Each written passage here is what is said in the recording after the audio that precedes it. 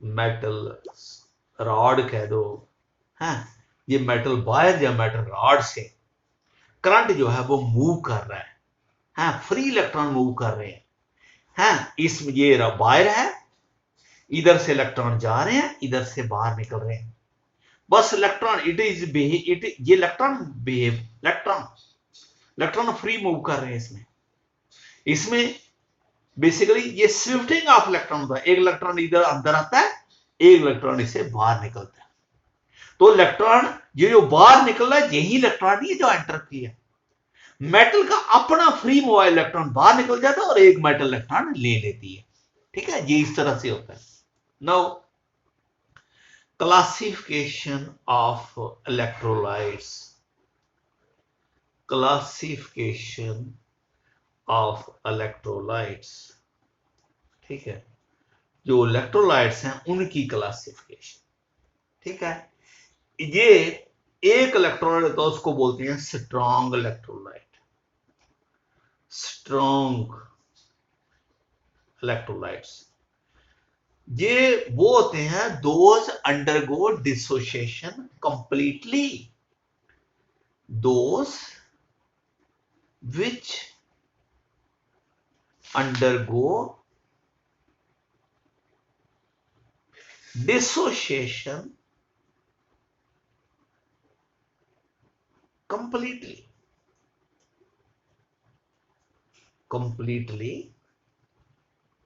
on dissolving in water, इनको बोलते हैं स्ट्रॉन्ग इलेक्ट्रोलाइट। ठीक है, जैसे ये आपका NaCl है, वाटर में डालोगे ये ऐसे लिखोगे आप Na+, इसका मतलब होता है ये खत्म हो गया। जब रिएक्शन लिखते हैं ना ऐसे करके, इसका मतलब ये नहीं, अब सिर्फ जे है, तो ये नहीं रहा, कंप्लीटली चेंज हो गया। ये आपका CuSO4 है, वाटर में डिजॉल्व किया, you get Cu+2 and SO4-2, ये कंप्लीटली चेंज हो गया। ठीक है, ये आपका CuSO4, ये आपका सोडियम हाइड्रोक्साइड, वाटर में डाला, it completely change into Na+OH-, they are called as strong electrolyte. अब वीक इलेक्ट्रोलाइट, वीक इलेक्ट्रोलाइट्स, वो electrolyte, those electrolytes which do not dissociate completely, those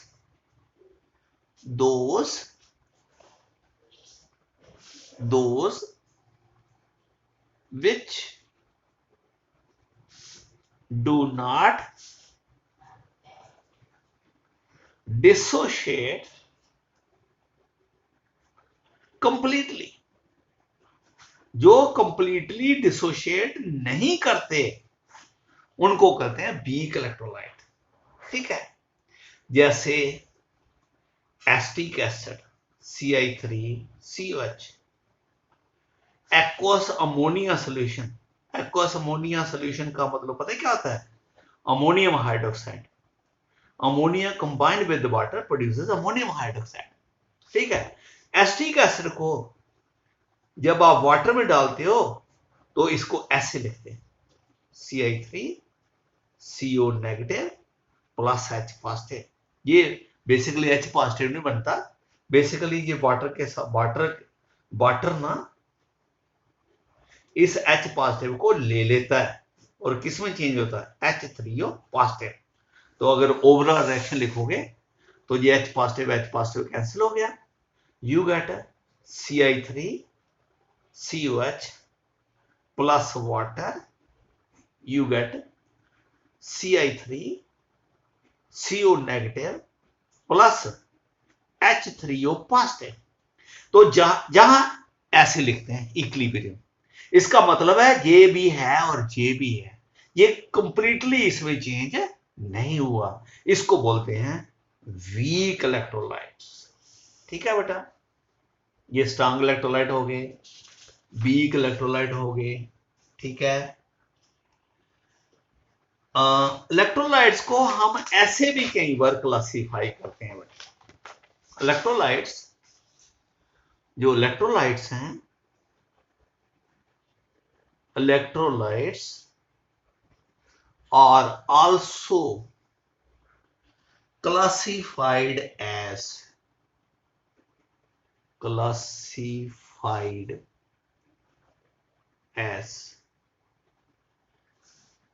true electrolyte,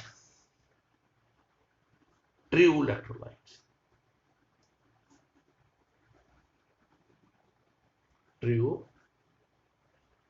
ठीक है। those which are in liquid or molten form, उनको बोलते हैं molten form, they are called as a true electrolytes। जैसे, और naturally they will conduct electricity.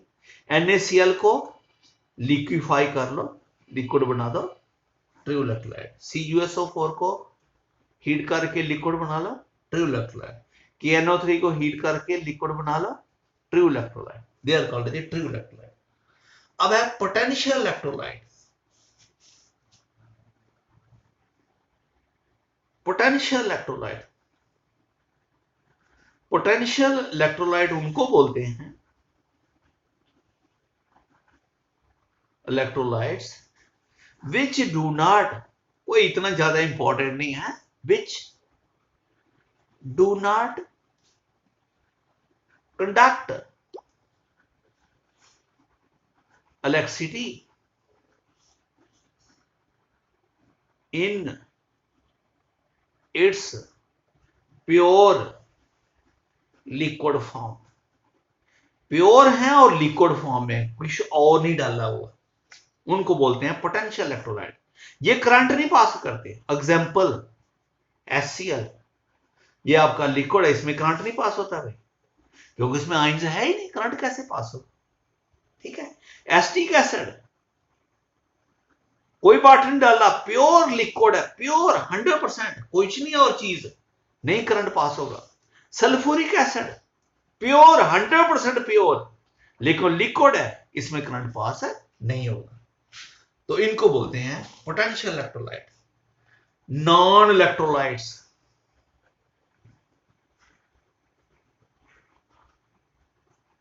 Non electrolytes, ठीक है, जिनमें डू नॉट कंडक्ट इलेक्ट्रिसिटी, ठीक है, liquid, the liquid, the solution of which do not conduct electricity,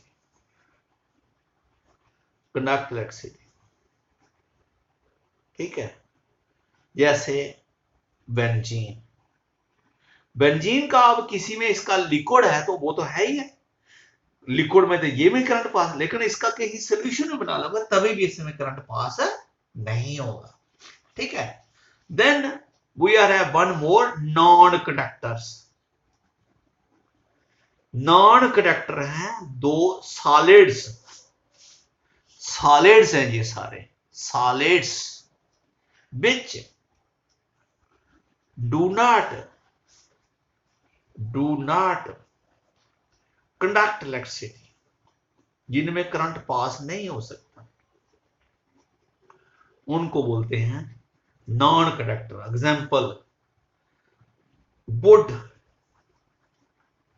आपके जितने भी पॉलीमर हैं, पॉलीमर, ठीक है, वुड, पॉलीमर को प्लास्टिक भी बोल सकते हो, रबर, ठीक है, प्लास्टिक,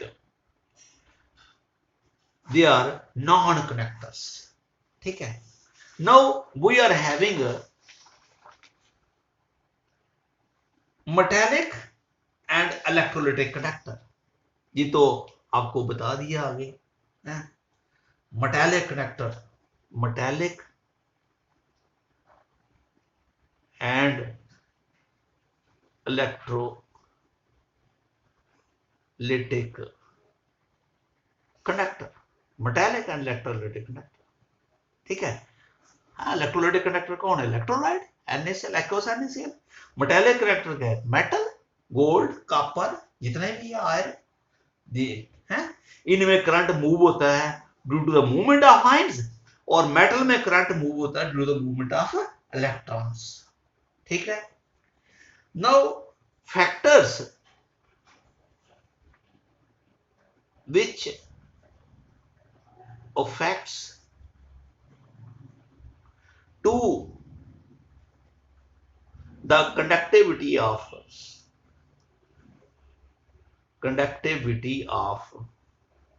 इलेक्ट्रोलाइटिक कंडक्टर। जो आपके इलेक्ट्रोलाइटिक कंडक्टर होते हैं, electrolytic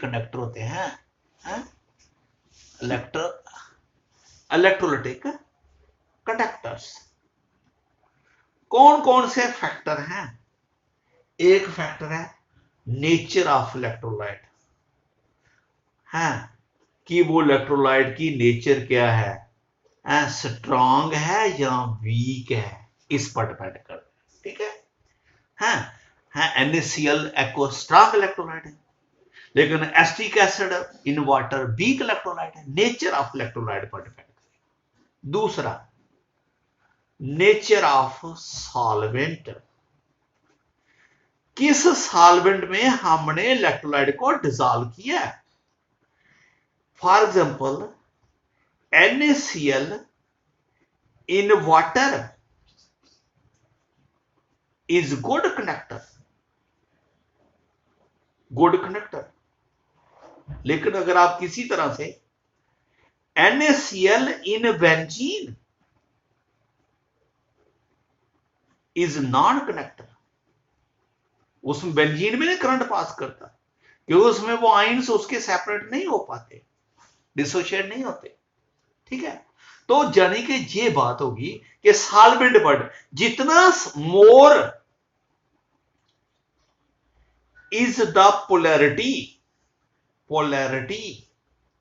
of the solvent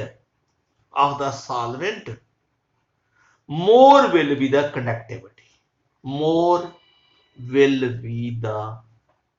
conductivity, समझा के बेटे बात मेरी, ठीक है। मतलब more will be the conductivity, यानी कि NaCl in benzene is non-conductor,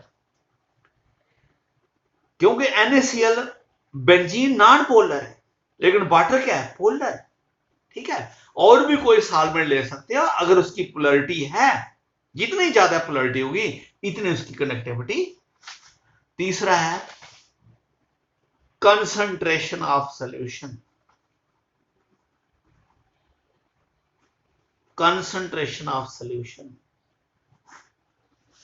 dilute solutions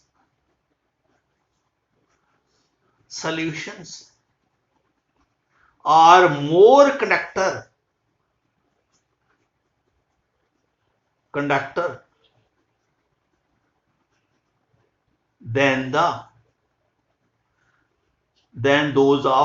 than the concentrated solution. Dilute solutions are more conductor than the concentrated solutions.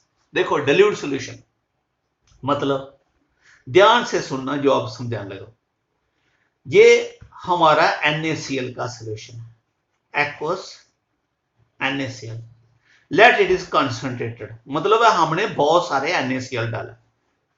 देखो ये Na पॉजिटिव है और ये Cl नेगेटिव, इस Na पॉजिटिव के surrounding में बहुत सारे Cl नेगेटिव होंगे, और जितनी ज्यादा कंसंट्रेशन होगी इतने उसके सराउंडिंग में Cl नेगेटिव ज्यादा होंगे।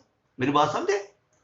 जब ये Na पॉजिटिव इस साइड को जाएगा तो Cl इसको अपनी ओर खींचेगा, तो उस खिंचावट की वजह से Na पॉजिटिव की इधर मूवमेंट कम हो जाएगी, कनेक्टिविटी कम हो जाएगी। Cl नेगेटिव जब इधर जाएगा इसके सराउंडिंग में जो Na पॉजिटिव है वो उसको अपनी ओर खींचेंगे। लेकिन अगर सपोज सोल्यूशन डाइल्यूट है, डाइल्यूट है, एक Na पॉजिटिव इधर पड़ा हुआ है, एक Cl दूर है, वो एक दूसरे से दूर है, हैं? तो ये नेगेटिव, ये भागता हुआ जाएगा क्योंकि इसको कोई खींचने वाला नहीं है, और ये भी भागता हुआ जाएगा, इसको कोई खींचने। जितना सोल्यूशन डाइल्यूट होता जाता है कंडक्टिविटी बढ़ती जाती है एक लिमिट तक, ठीक है? वो इसका आगे आपको और समझाएंगे। इफेक्ट ऑफ टेम्परेचर, टेम्परेचर का भी इफेक्ट पड़ता है भाई, effect of temperature, effect of temperature.